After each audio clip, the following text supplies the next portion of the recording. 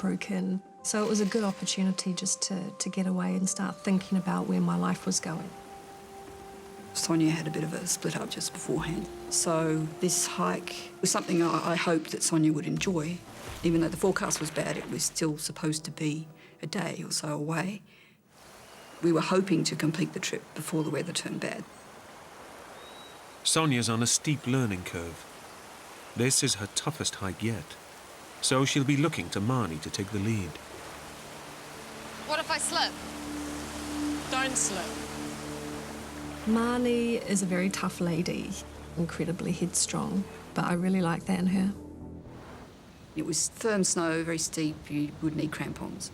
We won't even get 6 feet up there. Neither of the women wants to turn back, but the only alternative is to climb around the wall of ice blocking their path. But there's a bit of a path up there. It looked like there was a way of climbing up over the bluffs by the snow and hopefully sidle around the ice. It was still very steep and definitely a climbing route, but I do have a lot of experience on this kind of terrain, and I knew Sonia was, natural in the mountains. She hadn't done climbing, serious mountaineering, but I wasn't thinking it would be like that. I reckon we can do it.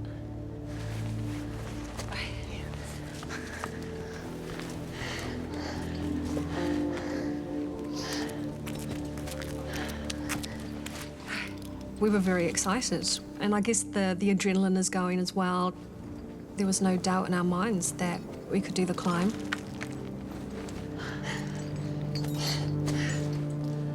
The women reach a ridge that should take them around the ice.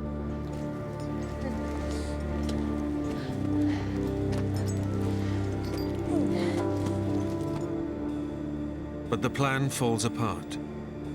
The terrain is impassable without ropes. Between us and the pass that we were trying to sidle around to, there was a very steep, uncrossable avalanche gully, completely uncrossable. Unwilling to abandon the trip, Marnie decides that they can climb up to another ridge. I was hoping if we climbed a little higher, we could get through. We can't get across here, but if we nip up there, I reckon we can make it. I was a little bit surprised. It looked like it would just be a long, long climb. What, that ridge way up there? But I completely trusted Marnie's judgment. Okay. She basically just said, follow my route, so it was always her that went first. Now you just want to watch out for the loose scree. You don't want to scuff your new boots.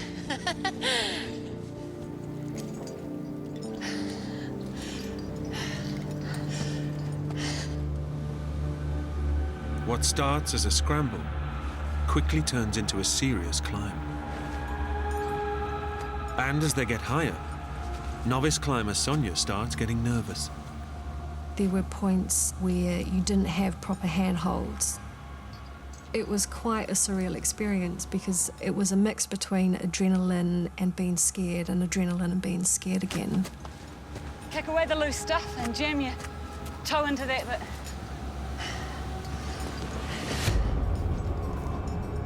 To find a way around the ice, the women have to climb higher and higher. Marnie has underestimated the severity of the ascent and overestimated her friend's climbing ability.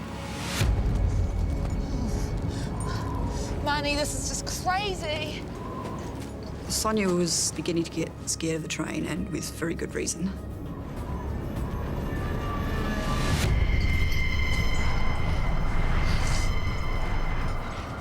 When I looked down, it was an incredibly long fall. It was just pure sharp rock. So if you did slip, then you were going to break some bones.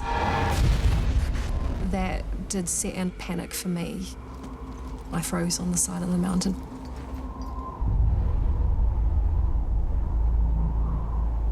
It was a very big mistake on my part, taking Sonia into that terrain. Your survival depends on you being careful about what you're doing, and if you panic, you're not being careful. Marnie needs to calm Sonia down, fast. Just relax and take some breaths, okay? It was terrifying. If you fell, you would fall down hundreds of feet and die. you couldn't afford to fall. Marnie, I can't do this. This is too hard. I'm gonna go back down. Sonia? Sonia, you can't go back down. It's too dangerous. I was quite certain then it was better for us to keep carrying on going uphill because climbing up is a lot easier than going down. It's a lot safer. We've got to keep going up, okay? Don't look down. Keep calm. Try and find a foothold.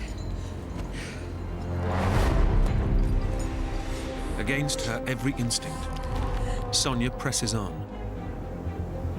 After 4 hours of climbing, they're nearly 200 meters up a near vertical cliff face. At last, the summit is within reach. But now, they hit another problem. The rock above them is dangerously unstable. It's a case of what looks like solid rock falling apart. And if you're relying on that to hold some of your weight, well, that's a disaster. I put my foot on the rock and it fell from underneath my foot.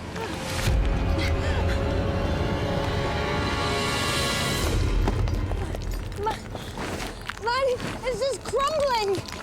I couldn't hold on to the rock much longer. It was very scary. What do I do? Shift your weight!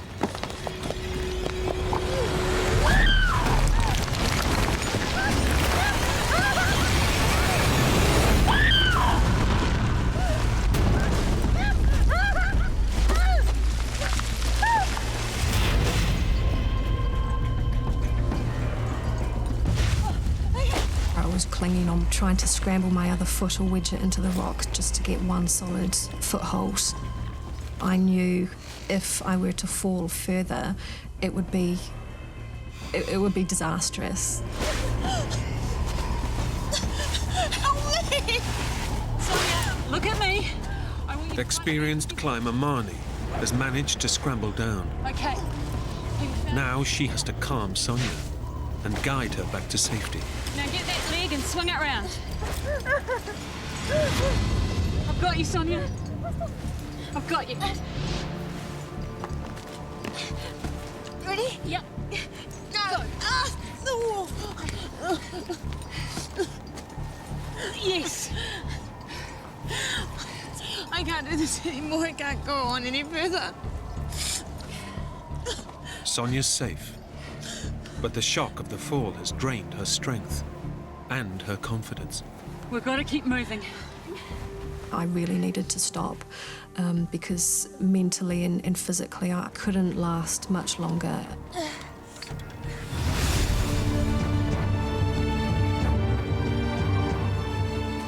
Come around and up.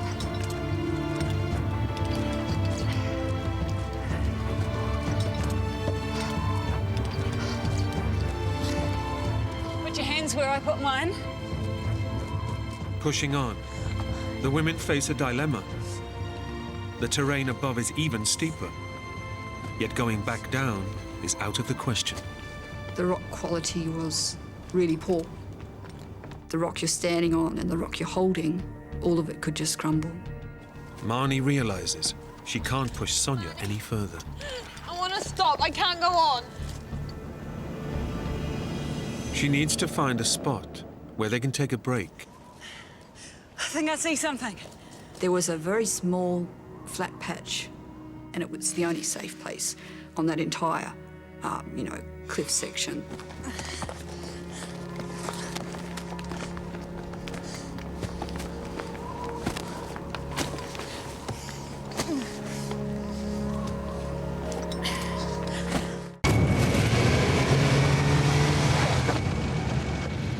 My kids both have been raised in the outdoors. Tiffany was attending school, and Michaela had just started kindergarten. This is an extra special trip. Shelley's boyfriend, Roger, has just moved in and wants to make sure everything runs smoothly.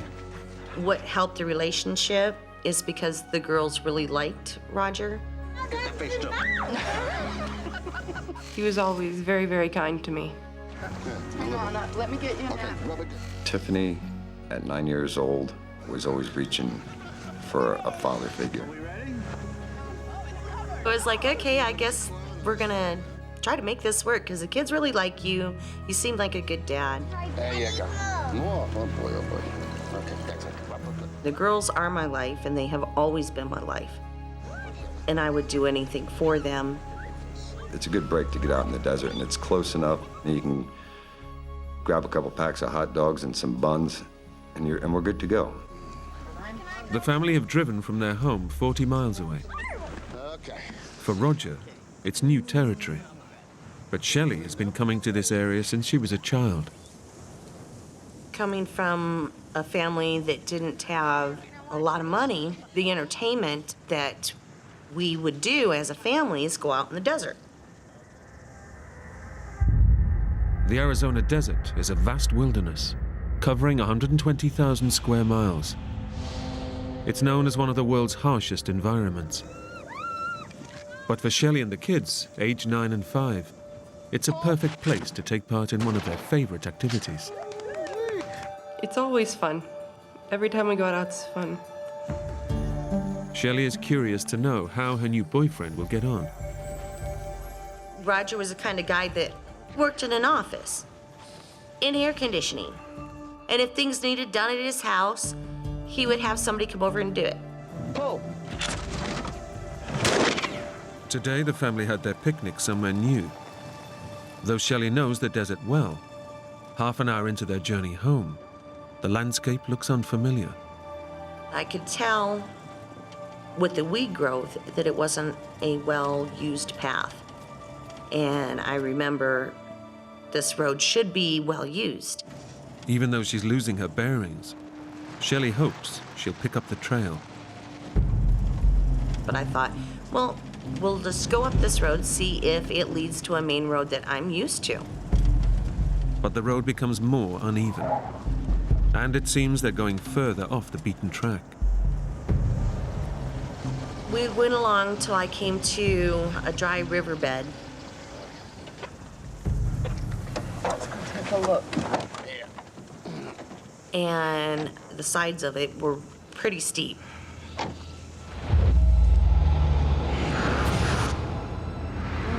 I don't think we can make it. Being in a two-wheel drive truck, your only traction is your back tires. I says, oh, I'll drive. I'll get us through there. We'll be out of here in no time. Hoping he can save the day, Roger takes over.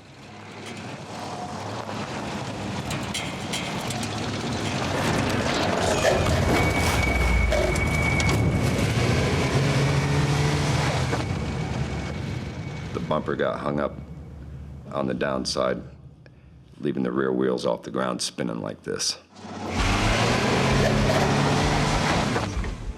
We're gonna have to stay the night. Shelley knows just how dire their situation has become. From the time the sun sets to the time that sun rises is very dangerous. I only had one thing on my mind, and that was to get my girls out of that desert.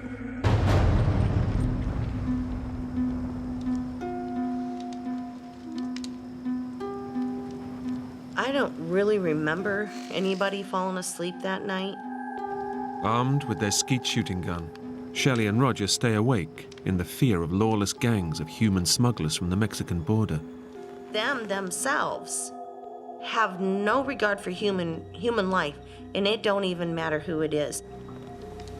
It was just praying to God that the girls would be all right and they wouldn't get hurt or worse.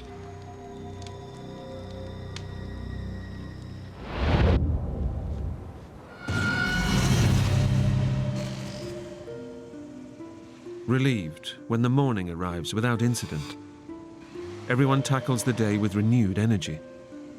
We're encouraged, we're kind of energized to say, by gosh, we can do this. We really thought daylight would help us so that we could see exactly what kind of situation we were in.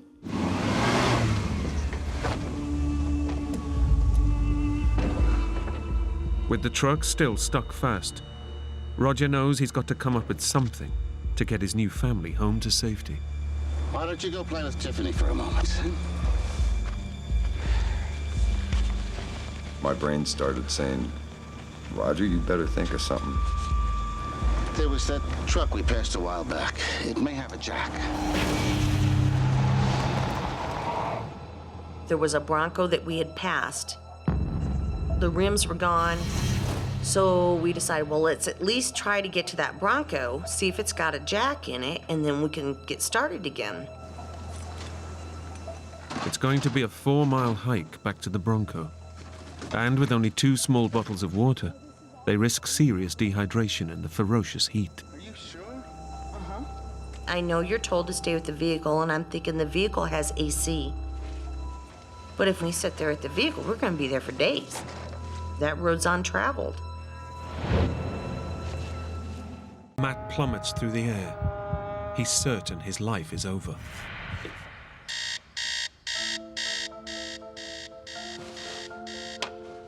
"33-year-old Englishman Matt Briggs has started a new life on the other side of the world, in New Zealand.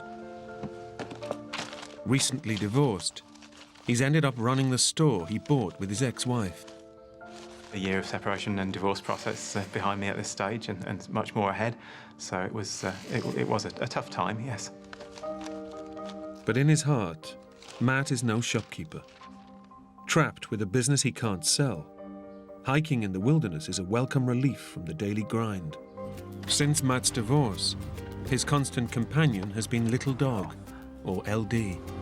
Always close to Little Dog, or LD. We spend every day together. Ready for a walk? Good boy.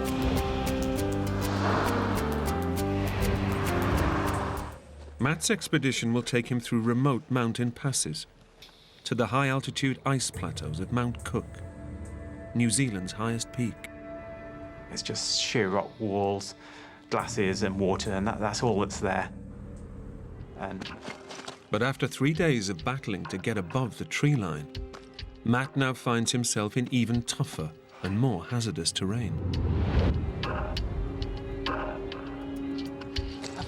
It's a very steep and hard to find sort of place where you are taken care with every single step you take.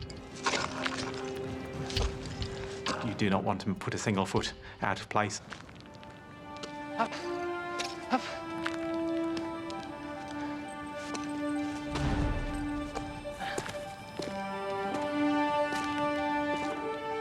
Finally, at 1,600 meters up, Matt gets his first glimpse of his goal.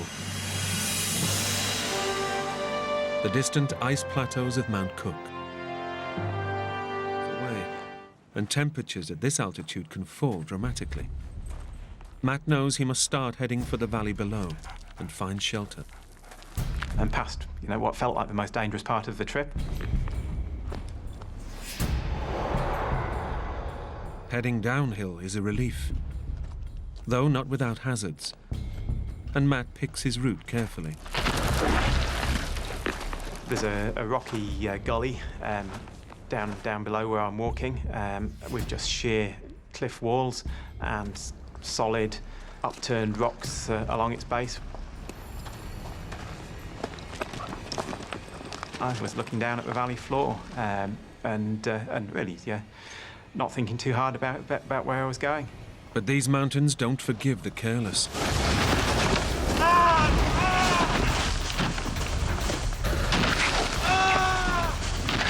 Found myself sliding down the hillside on my back, tried to dig my feet in, tried to dig my arms in, and think, we'll stop soon.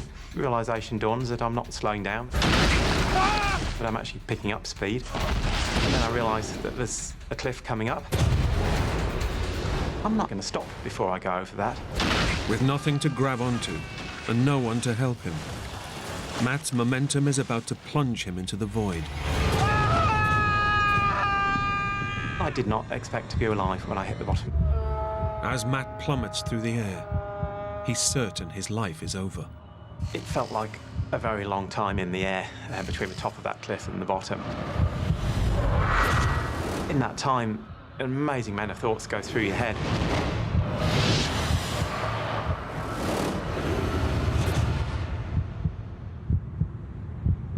It felt like an eternity.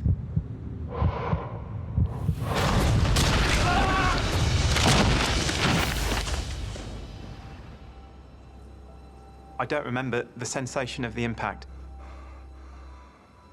What I do remember most clearly is the thought, I'm still alive. It really was absolute surprise.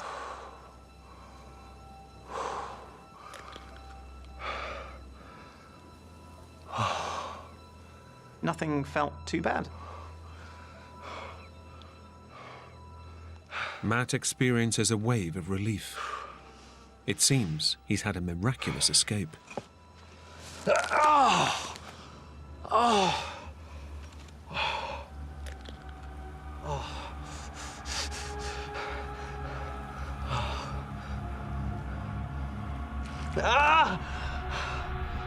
But his adrenaline-soaked body is deceiving him. His wrist is smashed. Where there used to be a straight wrist, there's now an inch dog's leg, and it doesn't look good at all.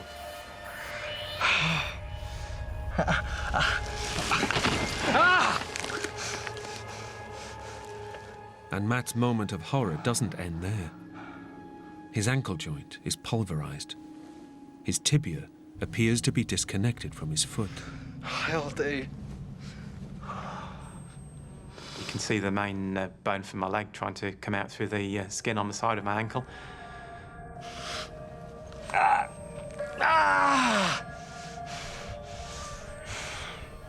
It is pretty excruciating pain, the sort that gets into your gut and you actually feel physically sick. There was obviously another serious injury somewhere, and I'm losing a lot of blood. I might not have very long left here. Matt needs to find out where all the blood is coming from before he loses consciousness. I start looking around.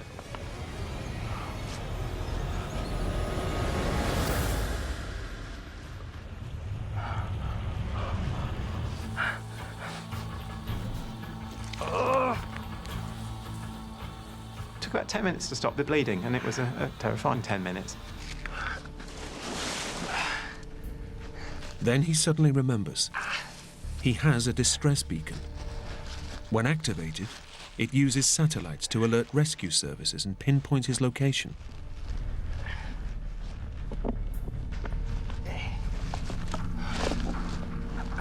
I'm thinking, well, all I've got to do here is get that beacon activated, and there'll be people here within a couple of hours. The weather's clear, the choppers can fly, so I'm going to get out of here. But Matt's search through his rucksack yields nothing. And he can't see the beacon anywhere around him. And it slowly begins to dawn on me that this locator beacon isn't here.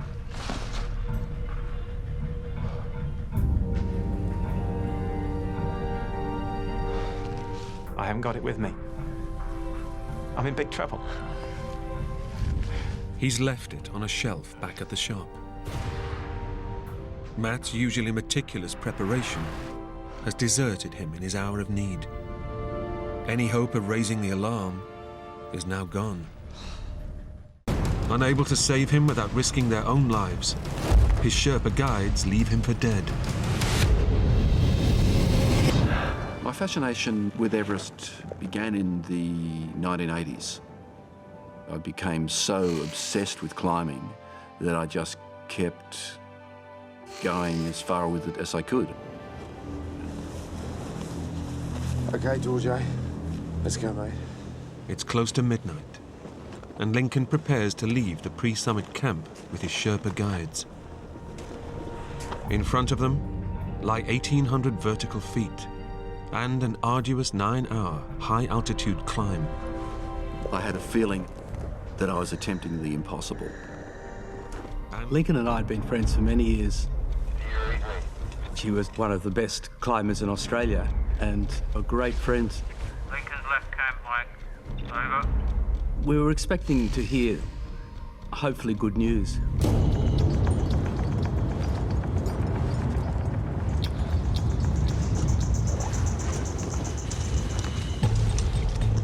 Lincoln is now climbing in what's known as the death zone.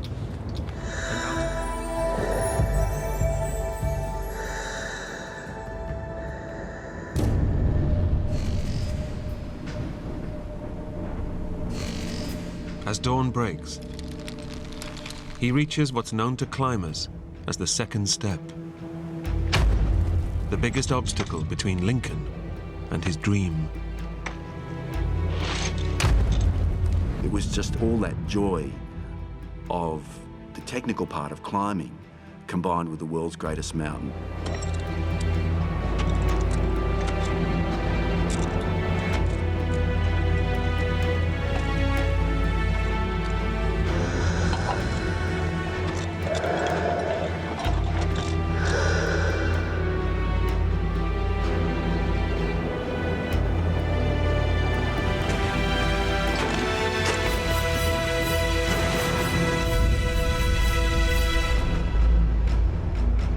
Lincoln has made it to the summit of Everest.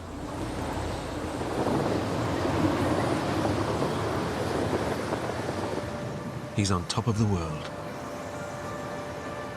I was just walking past the communication tent when I heard his voice. Lincoln, it's Mike, over. I can't believe we're here. It was fantastic because Lincoln deserved it more than anybody. Finally. He was perfectly calm. It sounded as though he was ringing from the office. Thanks, guys.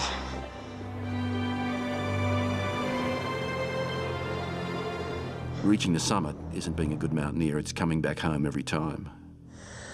Lincoln knows they must descend immediately from the death zone, as no one can survive at this altitude for long. The death zone has earned its name because it's at a height where your body is literally dying.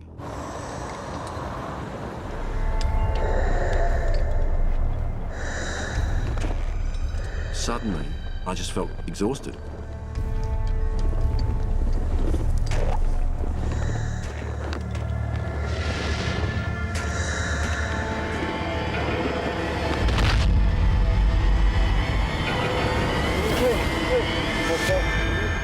Then I became overwhelmed with lethargy.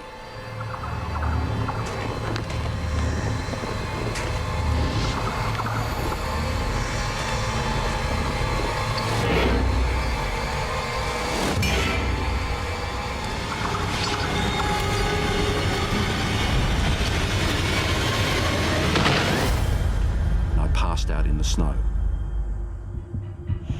Okay.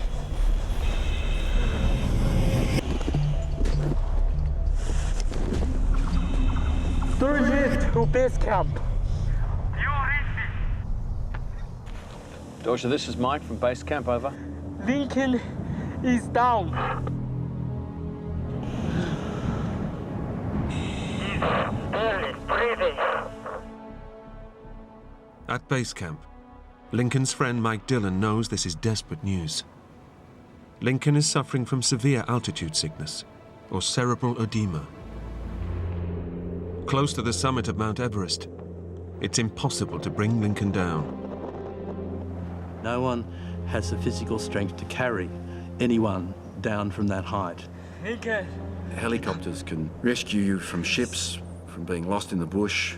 You can be rescued from the water, but you can't be rescued from the summit of Mount Everest. Over decades, more than 200 people have been left for dead near the summit of Everest.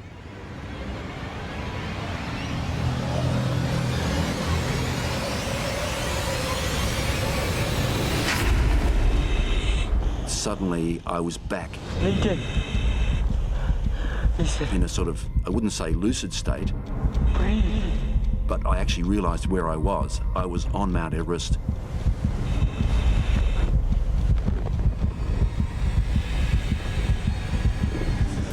I would tell my legs to move and they wouldn't.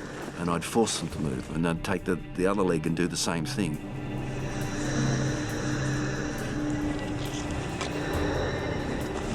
It was my mind that was driving me forward.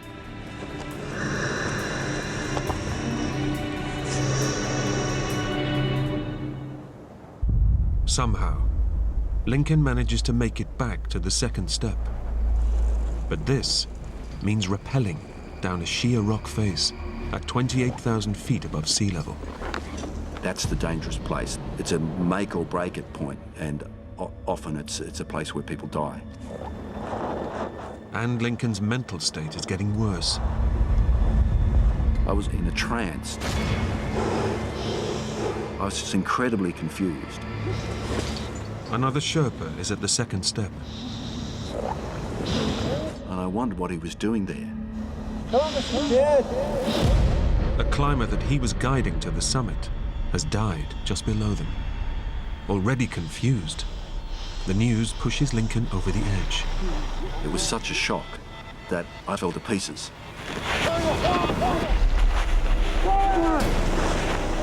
It was me battling the Sherpas. I was really on the very edge. It's an 11,000-foot drop. That's where I wanted to jump.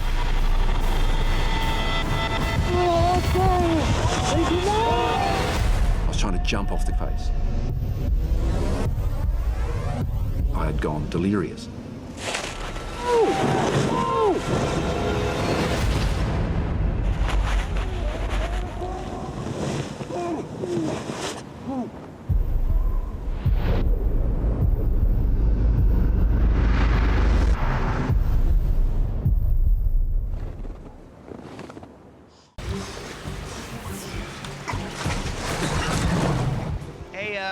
Where do you want me to put this food? Behind the stove. Steve is a vastly experienced sailor. A Coast Guard commander for 21 years, he has a lifelong love of the ocean. Ross? Yeah? You got that halyard connected? Yeah, it's all done. When people get around the ocean, one or two things happen. They either fall in love with the ocean or they fall out of love with the ocean. And I can't really explain why it happens, but for a number of us who go out on the water, there's just an affinity, a feel for it that's like nothing else. Where do you want the clothes? Down in the drawers. Steve's young crew today is a team of students from Texas A&M University. Make sure that everything's secured. I was real confident of the boat, and the crew were experienced young men who'd been sailing for a number of years, and it was looking to be a really great race. Hey, Steve! Hey. Is that it? Yeah, we're getting there. His right-hand man on board is a young sailor he's known for 3 years, 22-year-old Travis Wright. I'd been sailing with Steve for 3 years at that point. An excellent sailor and a very safe person, but very experienced and definitely the leading presence on the boat. He was definitely fully in command. As Steve bids his wife goodbye, he's all too aware of the responsibility he has for his young crew. All right. Travis, can you do the stern line? I was designated skipper of the vessel, and as such, the skipper is ultimately responsible for everything. It's not a responsibility that you take lightly, and it's not a responsibility you can walk away from.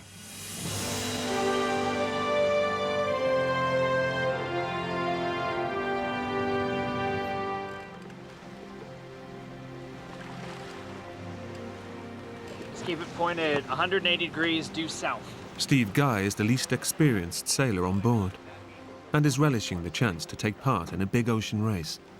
Travis was sitting next to me showing me kind of how to do things, and Doing good. I felt pretty good. You know, I'm in control of this boat, and it's just kind of a power rush because you're like, here I am on the open ocean doing what I love to do. Enjoying yourself, Steve? Oh, yeah. Everyone was ready to go, but you could also tell we were also in that competitive mood of we're wanting to do this right. Here's a way to see how fast we're going. See? Adjust the sail and see how we go faster. Okay. As the race gets underway, the crew are in high spirits and excited by the challenge ahead. Doing good. Yeah.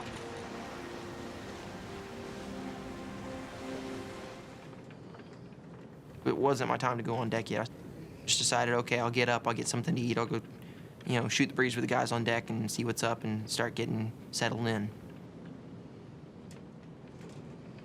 That's when it all started going downhill.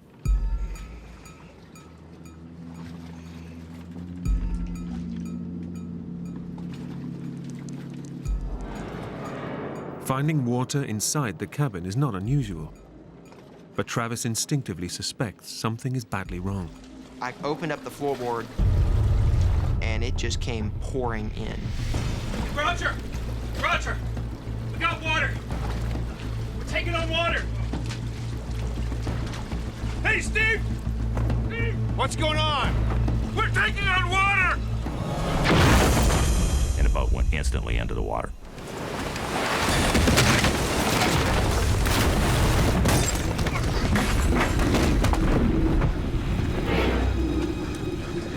The boat just laid over into the water. What happened? I don't know. Up on deck, Skipper Steve is clinging to the capsized boat. I was hanging underneath the boat because it wasn't still up out of the water at that point, thinking it was time to go. A boat's going down! Everybody off! In just a matter of seconds, the boat has completely overturned.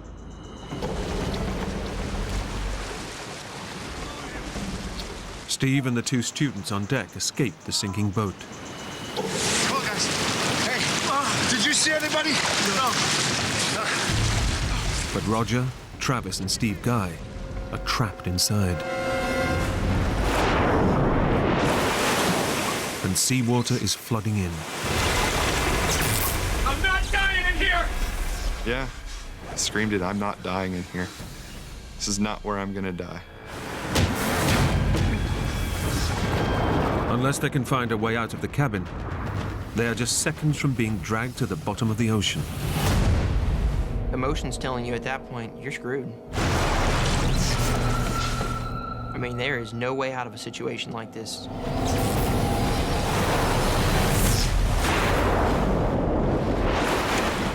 The water level is rising rapidly. Unless they can get out, they're just seconds from being dragged down with the sinking boat. How do we get out of here? Through the hatch!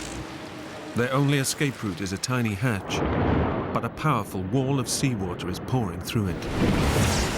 Are you kidding? Come on, it's the only way!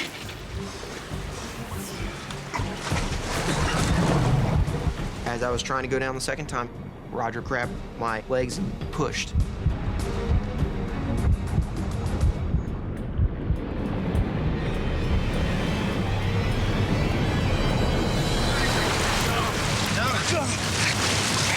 Travis! Over here! Hey, Travis! Travis! What about Travis? Hey! Is that a boat? On the horizon, they spot something that gives them a glimmer of hope.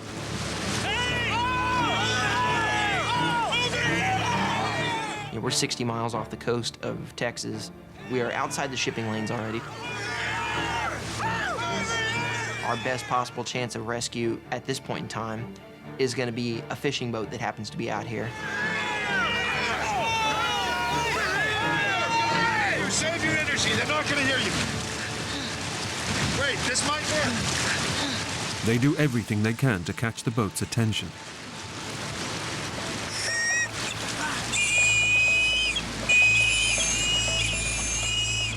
Hopes were really high, hoping that maybe someone on the deck would be like, oh, what's that little light flashing out there, and tell someone on the bridge what was going on. They're now pinning all their hopes on rescuers finding them. But even staying put is no guarantee of safety. The Mexican Gulf is a shark-infested body of water. Big sharks. Those are the ones you worry about. Tigers are probably the most risky. They get really large.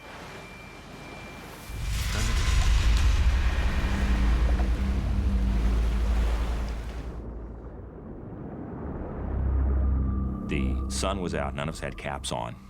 Fairly quickly, we started to burn.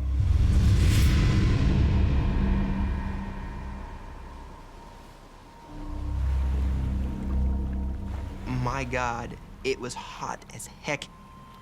It felt like being in a sauna. We were just boiling.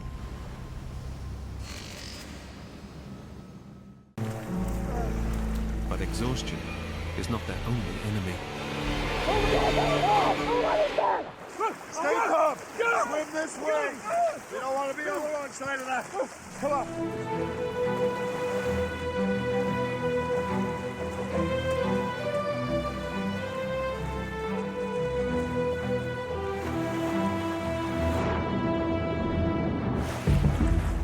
life jackets were very much starting to chafe on us and starting to really rub parts of our skin raw. So I, at one point, stripped out of mine and gave it to Stephen. I gotta get Steve my jacket. Oh, thank you, Travis. The men swim for over 2 hours. But they're making almost no progress towards the rig. And the effort is draining. It was the dumbest thing I can think of possibly doing in retrospect, because I was thinking that rig was probably about 5-10 miles away, but my perspective significantly skewed at that point. The energy expenditure of trying to swim against the waves and against the wind, you're not going to get very far for the amount of energy that you're going to put out.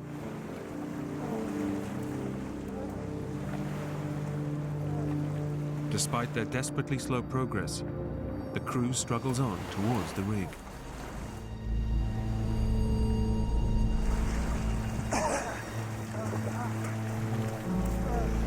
But exhaustion is not their only enemy. Stay calm. Swim this way. We don't want to be on the wrong side of that. Come on. We saw a Portuguese man-o-war, which is a jellyfish. Behind them will run anywhere from 20, 30, 50, 60 feet of tentacles stretched out with stingers on them. The long, deadly tentacles are filled with venom. As long as you stay away from them, you're fine. But you get stung by one of them and you're dead. We saw him drifting toward us.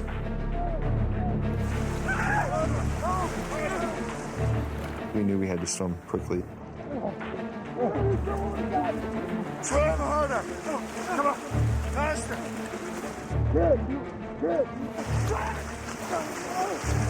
Come on. Come on. Okay. They finally escape the deadly jellyfish. But they've pushed themselves to the limit. Getting to the rig now is impossible. Exhausted and dehydrated, they're forced to abandon their attempt.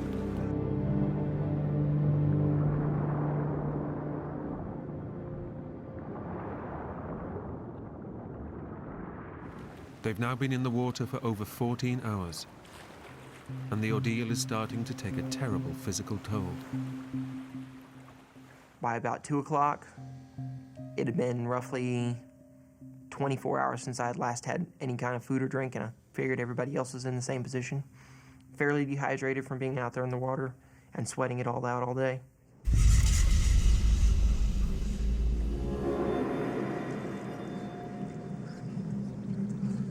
The human body can survive 48 hours without water.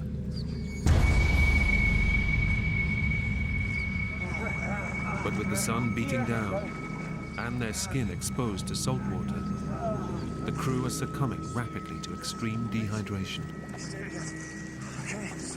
One of the big hazards of being in saltwater is dehydration, which sounds totally backwards. You know, you're floating in the water and you're becoming dehydrated.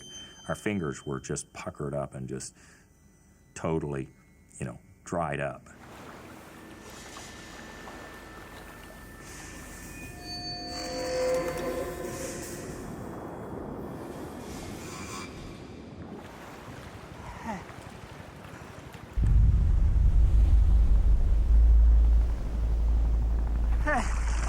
Hey!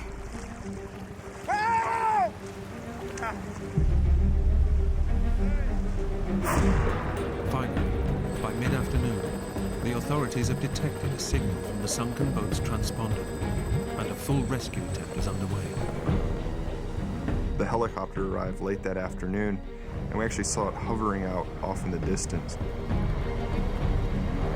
After withstanding 14 hours out in the ocean, it seems that their ordeal is about to end. Go over here!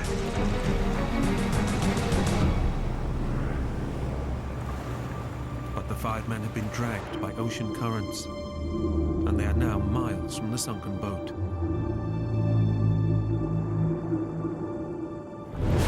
They can do nothing but watch helplessly as the search plays out in the distance. We could see them the whole time. They just couldn't see us. It builds you up and then it crushes you oh God, there it is. You know, this could be the one, and then it's not. They're never gonna find us.